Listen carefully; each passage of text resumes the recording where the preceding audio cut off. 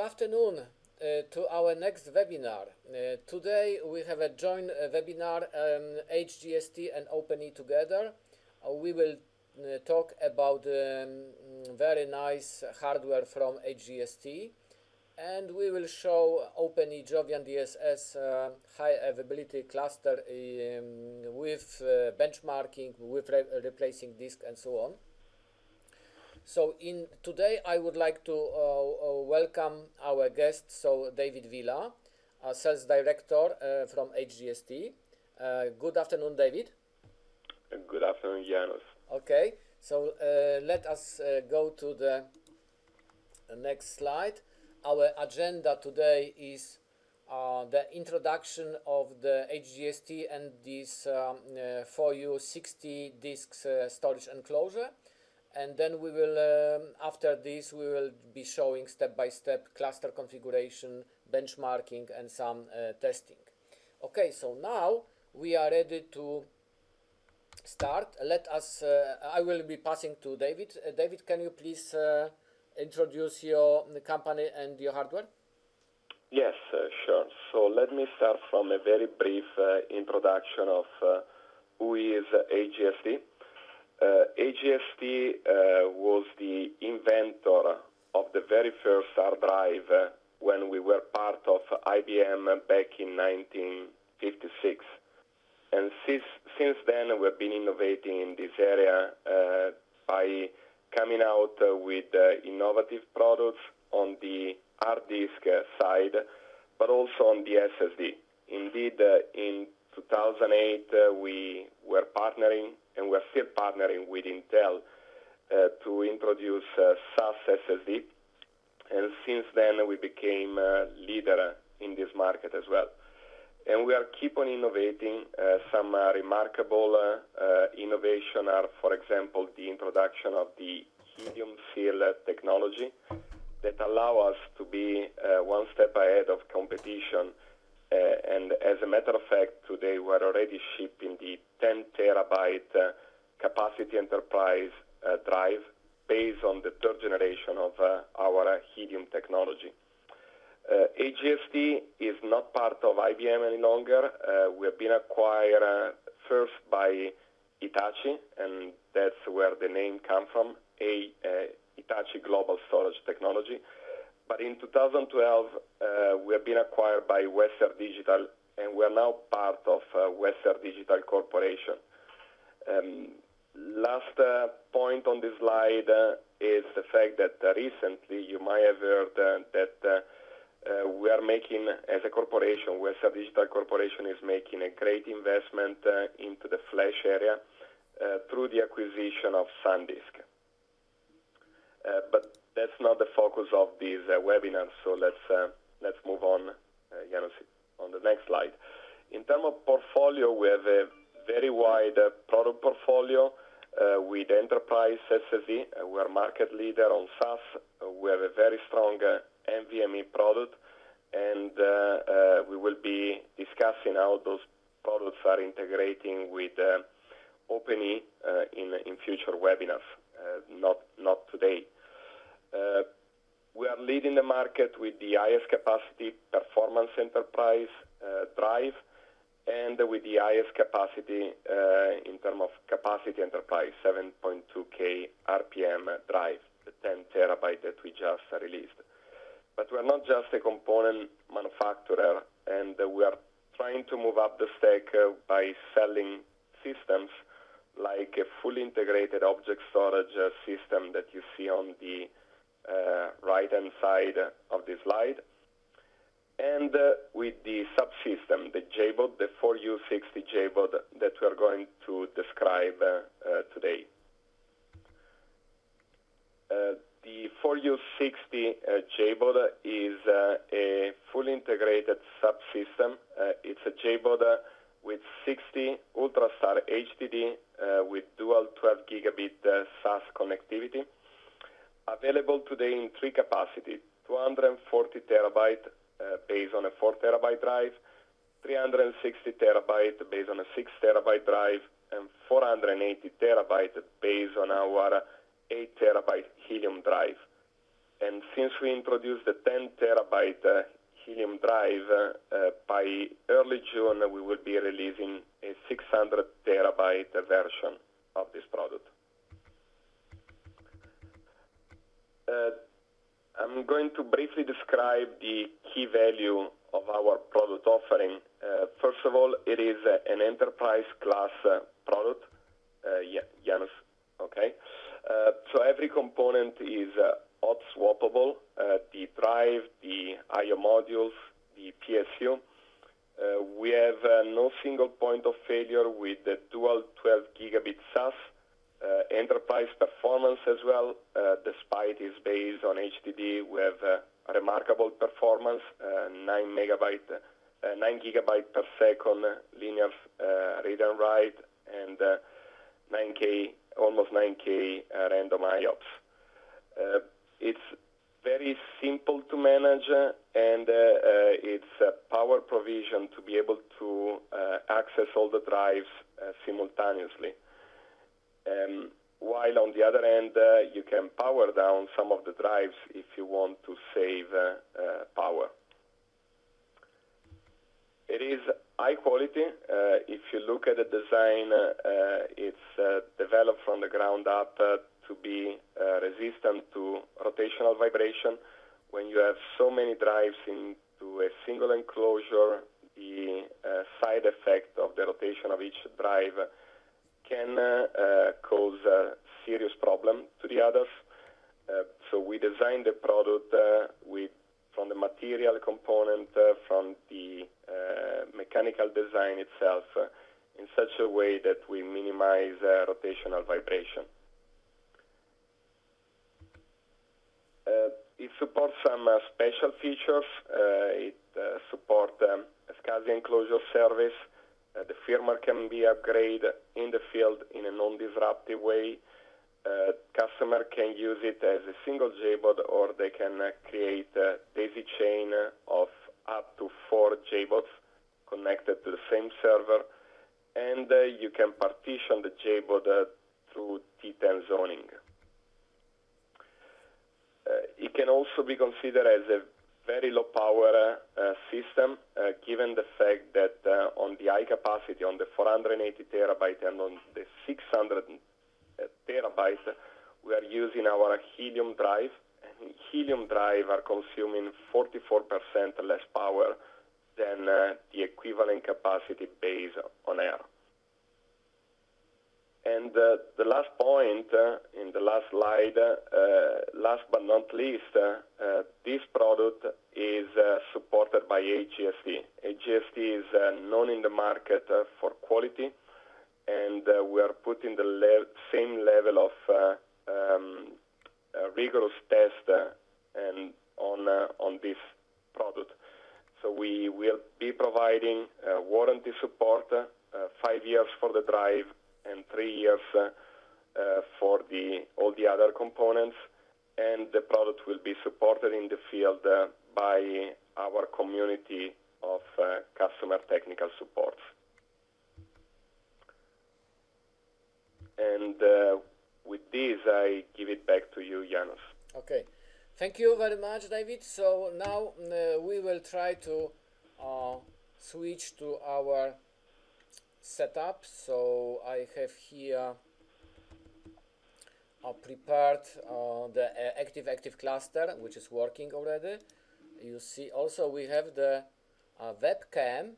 So when we stop the test, so you see there is only from time to time disks are showing activity because the disks are monitored all the time. But when I start any, let's say, I have now sequential 50-50 32K test, then we'll see all the disks are running. So here we just have the very low light, so we can see LEDs of this JBOD very good. Also, let me stop the test shortly and maybe let us demonstrate the disk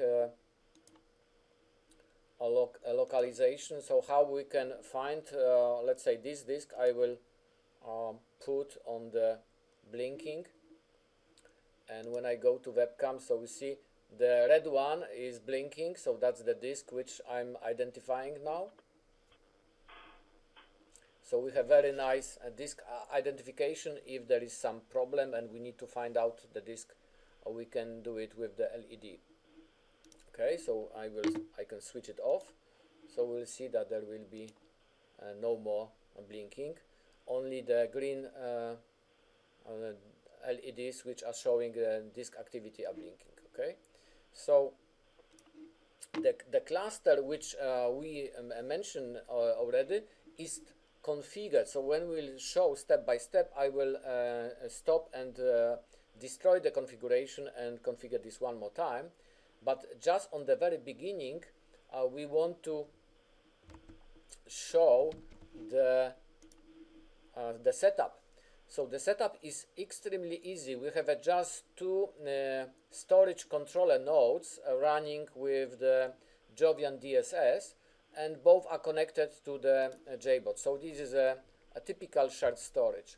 In the details, so we have this HGST JBOD connected with the SAS HBA on the both sides. We have a 2 Jovian, and in our case we have just one Windows client hardware server, not the virtual server, which is connected to this cluster, and we are connecting with a single card without multipath in this demo.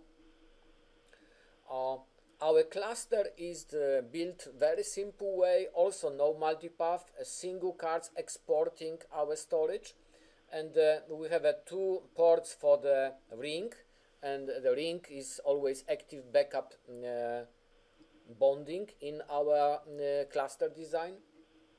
And we can have more cards for exporting iSCSI, but in our case we have taken one single card. We will also show where are the bottlenecks when we are starting and testing such a cluster. So when I will switch back here, my testing pattern is let's say 50-50 32K. It is so 50-50 means sequential write, 50% write, 50% read, and 32K block, and we are testing this on all targets. So I have here all targets. We have 4 targets per pool, so in total we have 8 targets. When I start such a test, then very interesting is to see the performance on the cores on my client machine. So we see on my client machine I have to look how the CPU are used. This is important to know whether you have any bottleneck on your client, and yes, with this test we have already bottleneck on our client, and one of the CPU core is on 100%. So we will be not in a position to get a better performance now because of this. So here it's still good. We were able to let's say generate the load which is 2700 or 800, maybe sometimes 3000. In my test was sometimes even over 3000 megabytes per second. Okay, 80,000 IOPS because it's a 32K block, right? What is on the network? These two network cards which I'm using here, they are two 10 gigabit network cards, and you see they are also saturated to 100%, and then there will be very difficult to get a better performance because of the limitation on the client side. The JBOD and the storage controllers are in a position to deliver better performance, but our client is not able to do more.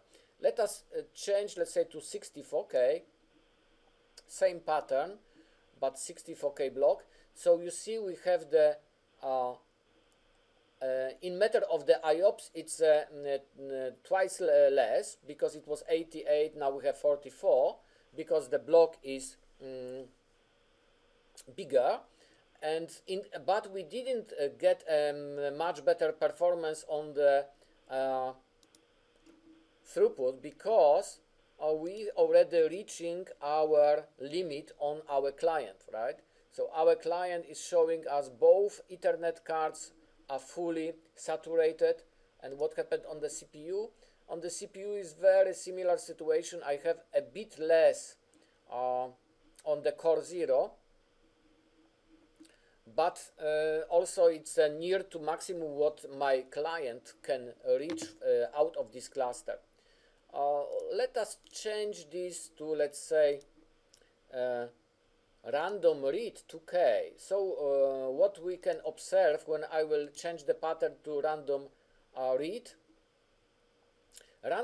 to K from the quite small block, we can see that the pool is almost not utilized in this case. On the pool we have the very little LEDs showing an activity. So what this means everything we read, we are reading from the cache, from the RAM cache, right?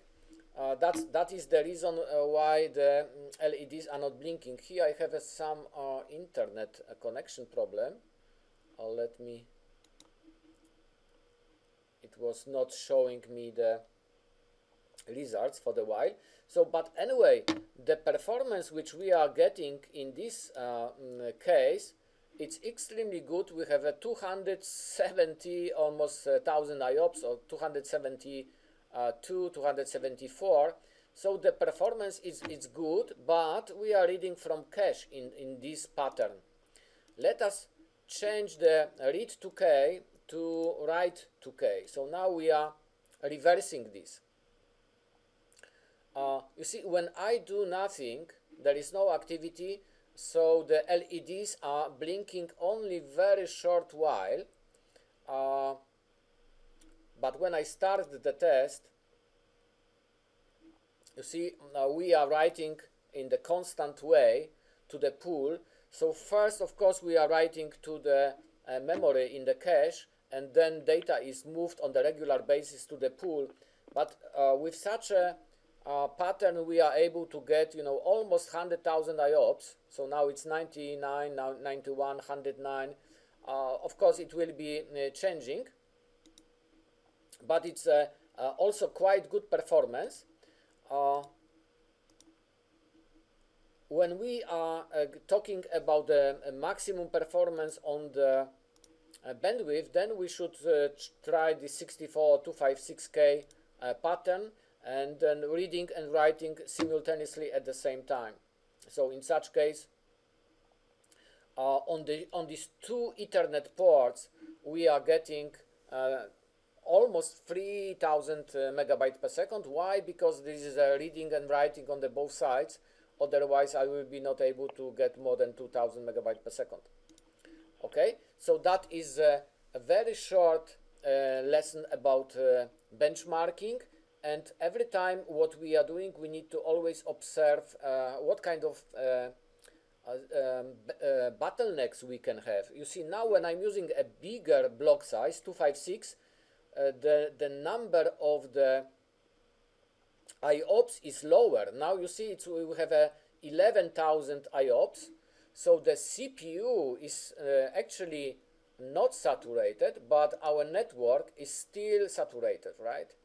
So now if I will add the more 10 gigabit adapters, I will be able to scale my performance, right?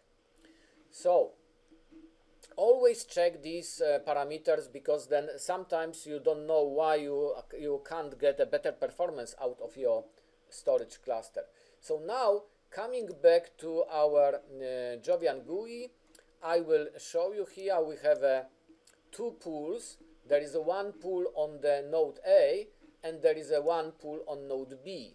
Of course, when we move activity, we will see that the performance will be different. Okay, now I have a load balancing. You see, I am balancing reads and writes on both nodes. Let me check, and maybe we will switch back to maybe 64 kilobytes per second. Maybe before I'm waiting for maybe before I'm changing this to 64, I will be also introducing the monitoring system. So you see here I have even 3000. That's nice number, right? 3000 megabyte per second. And let us stop it to remember this performance. And what happened when I move the pool, and now both pools will be active on node A. So I will not have advantage of the load balancing, right? Accordingly to this chart which we have shown here, when both pools will be active only on this node, then we'll be exporting everything over this Ethernet port, right? So that will be possible bottleneck. So now when I am showing after export import, so moving means I'm doing the kind of failover. And now when I go to IOmeter and start the IOmeter one more time after failover, there is of course a problem which is showing, you know, less megabytes per second. And that's obvious because everything goes over one 10 gigabit port right now, okay? So 1474 megabytes per second, okay? And I can move this pool back and then load balance again. So now the reads and writes will be balancing on the both controller sides. So in this case I will use the power of two 10 gigabit adapters, right? The 10 gigabit adapters from the node A and the 10 gigabit adapters from the node B. And 4 targets will be just reading writing node A, and the 4 targets will be reading writing node B. Both pools are of course on this JBOD, but in my config the 30 disks are on one pool, so pool 0, and another 30 disks are on pool 1. Okay, so now let me introduce the how I was configuring my pools. So the both pools are configured in exactly same way. So I was creating 3 RAID Z2, means in every RAID Z I have a 10 disk, and then in every 10 disk I have a 2 disk parity. So this is something what you can compare with RAID 6, 3 times RAID 6, so maybe 60. Of course it is not RAID 6, but it is something what we can compare with RAID 6 in case of the parity. Okay, so that's the 10 drives, all the drives are here. Of course 8 terabyte drives is unformatted drives, and the formatted drives in so-called TIB is 7.1028. This is the way how we are counting the capacity, whether we are counting using 1000 or we are counting using units of 1024, right? So that's our pool 0, and the pool 1 is exactly the same. It was a 3 RAID Z2, okay? So now when I will, after balancing this, when I will start the IOmeter again, then we will see our near to 3000 megabytes per second soon. There will be some learning time, yes, because not from the beginning we are starting with this kind of performance. Okay, so you see we are reaching quite nice numbers. This is last update, so it's testing all the time. The performance load balancing we have seen already. So now let us show how everything was done. So before, so maybe I will exit the IOmeter. I scan the targets, and I can just I can delete the pool. I have no option now. Okay, so delete the pool.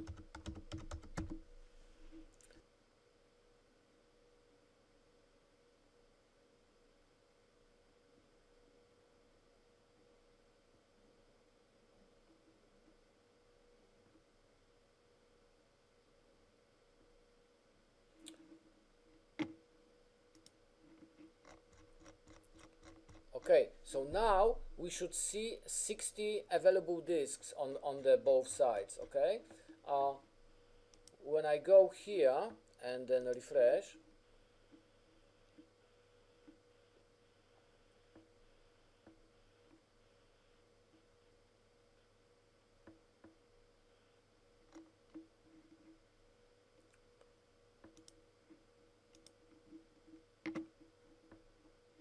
okay, let us stop failover on the both sides.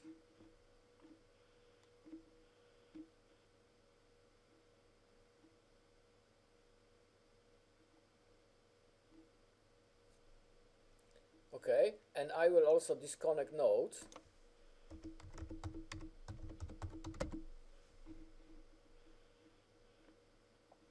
Okay, nodes are disconnected. So now, when I go to storage,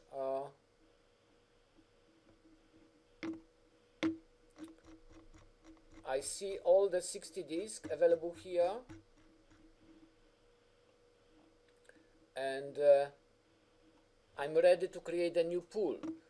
For this one, we can create again 2 pools, but let's say we are curious what's going on when we want to create one very big single pool. Okay, so let's say we have a 60 disk and I want to create one big single Z3 pool. So I will select all disks.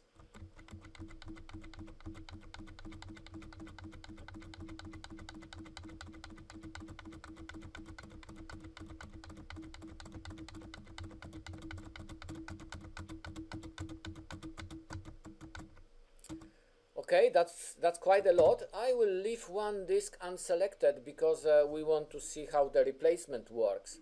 So then, and again here you see I will have the 59 disks, or maybe 58, just to have them, or 59 because Z3, and I can select Z3. So that will be one very big 59 disk in one parity groups with 3 disks parity. Okay, when I add, then it's selected, and then we can just go to next, next, and next. This unassigned disk can be assigned as a spare disk or can be left as an unassigned disk, will be working exactly the same way. So now when the pool will be created, I will be able to demonstrate, let's say, disk replacement, and I will able to demonstrate step-by-step cluster. It's just a few steps. Let us see what's going on our check MK. We see we have the errors because we have removed our pool. So that's obvious that there are problems because the pool doesn't exist anymore, right? So we have at once information about this in our monitoring system, and our monitoring system will be also sending us the email about it. Activity is on now because we are just in the process of creating the pool. So the pool is created. We have selected 59 disks, so we have a 59 disk in the pool. We have a 3 disk parity. When I just run the scrub, that will be just stopping and starting. There is no user data yet, so there is nothing to scan. Okay. Now we have the 428 terabyte pool, but the available space is 368. That is the problem because we have a 3% for the metadata. So you see that the 3% is taken for the metadata, but don't worry about it. You will have a big gain coming from the compression, which is automatical and will be getting much more free space for you. Okay, so now one disk is available and we have no user data, so maybe it will be good idea to add some data. So I will just create one target, add new zvol, let's say zvol 10 1 2 3. It can be seen provision. and then we can edit.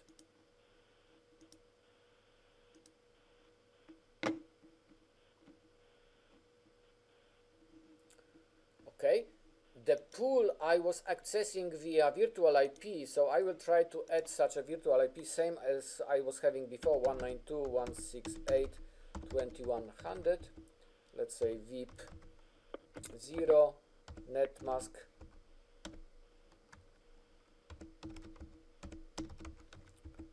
and the interface. As long as I don't have the cluster, I see only local interfaces, right? So I don't see my second node because the cluster is not configured yet. Okay, but let us see what's going on here. I have problem really with this. Oh, it's a bit better now.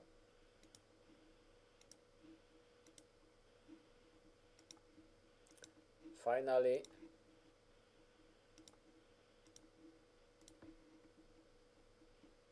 I was able to, after timeout, get it disconnected.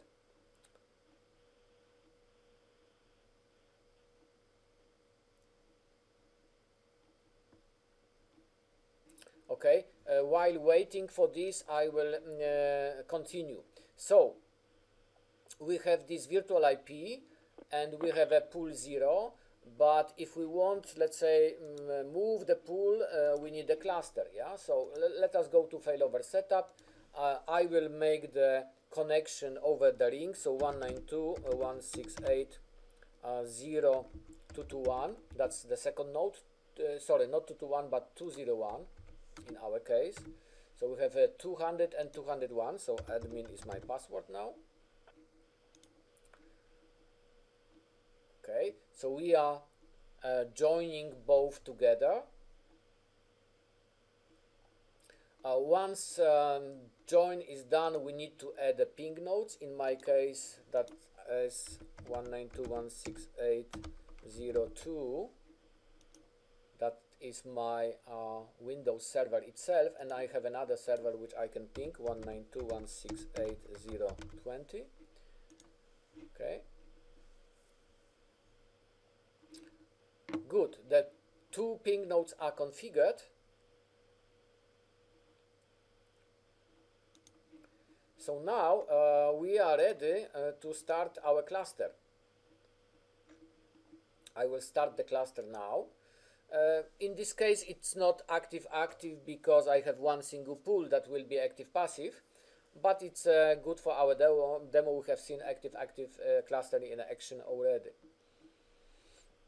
So while starting the cluster, I will try to now configure our virtual IP, so 192.168.2100,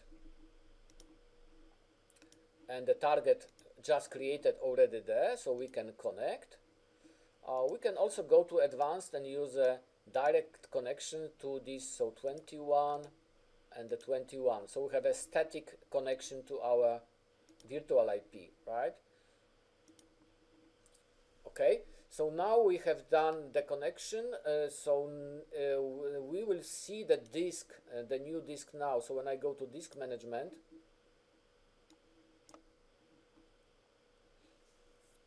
okay, that's our disk just created, and then we can initialize the disk. Okay, and then we can also make a volume. All defaults is good.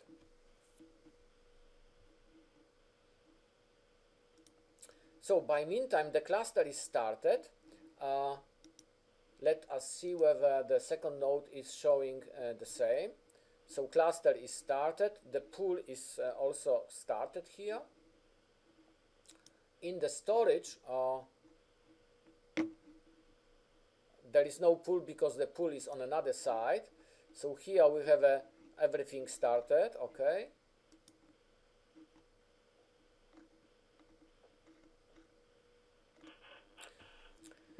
Okay, before I will make some failover or some other test, let us put some data on this. So I have a new disk now, and the putting data, it can be done, let's say with BST5. I have here an application which is able to write, let's say on disk D, in the sequential. Okay, so I can start writing a little.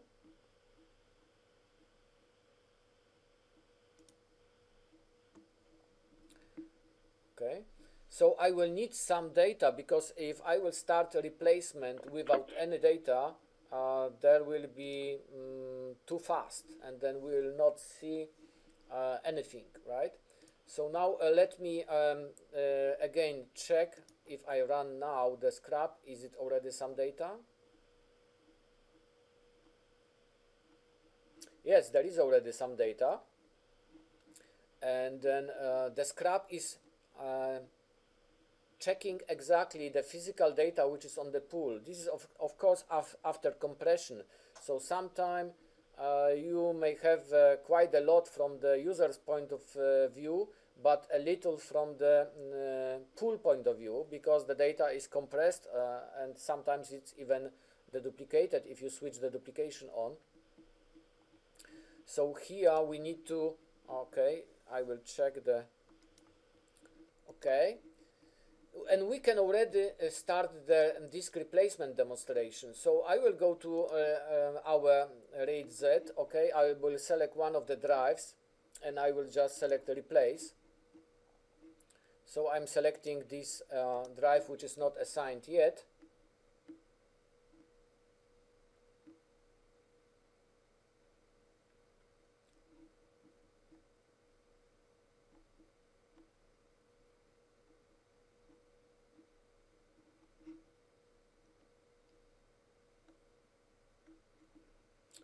Oh, it is replaced already. Okay. So that's the problem. We have really too little data. So I will just try one more time.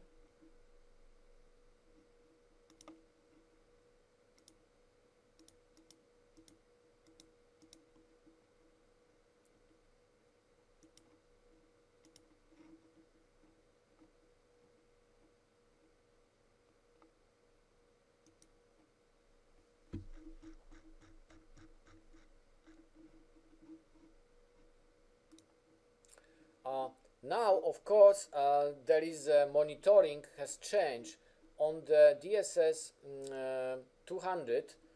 We have the pool again, right? So everything is okay. But on the second DSS, there is no pool 1, because the pool 1 disappear.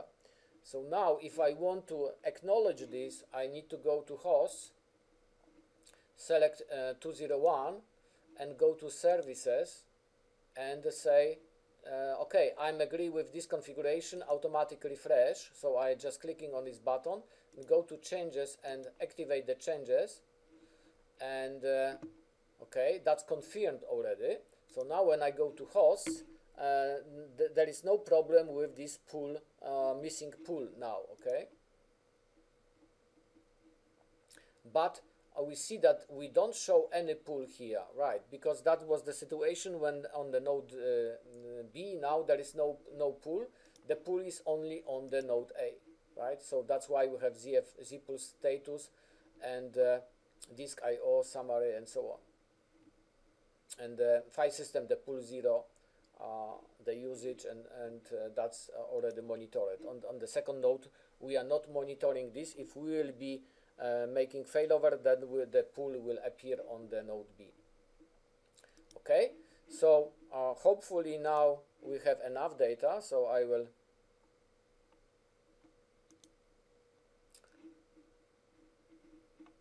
try to replace one more time.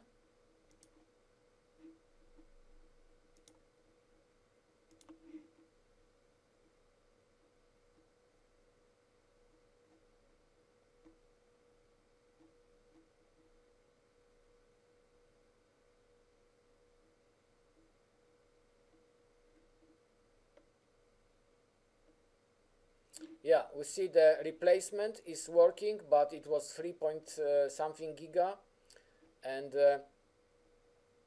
it was replacing with a quite fast speed, and then replacement is done. So replacement of the disk, of course, it depends on the amount of data which is existing on the pool.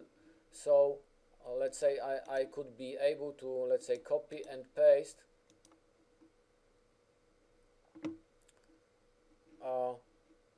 then we'll have more data on the pool. When there is more data on the pool, then it's of course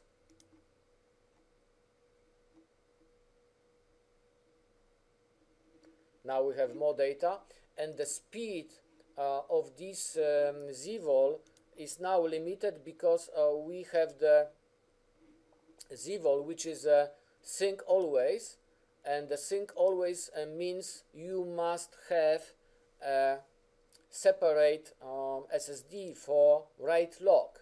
Because I didn't configure the separate SSD for write lock, the performance of the pool is extremely bad, and you should not use this way. So now I will show you that when we now select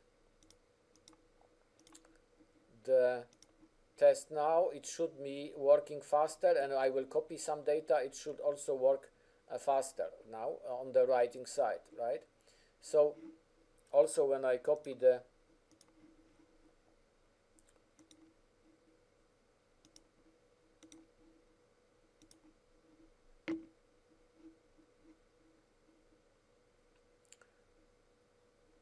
file, it is working much faster.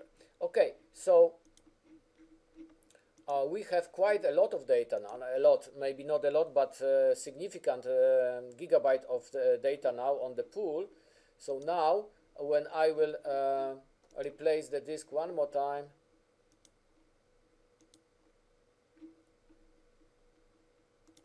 then we can wait already a few seconds longer. That is how it works with the replacement.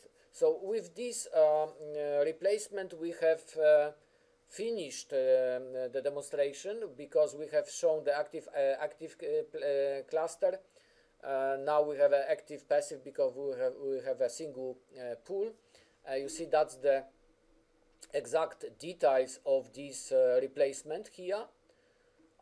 It is replacing with a quite good speed, 537 megabytes per second. That's okay. And then of course this 18 gigabytes was resolved within few seconds.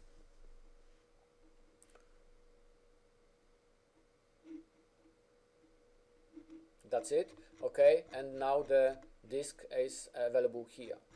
Okay, so I hope you like the demo. I don't see any more questions, so we would like to thank you very much for joining our webinar today, and just introduce the next one. Please watch our website and see for the invitations, and next webinars are coming. Thank you very much for today, and bye.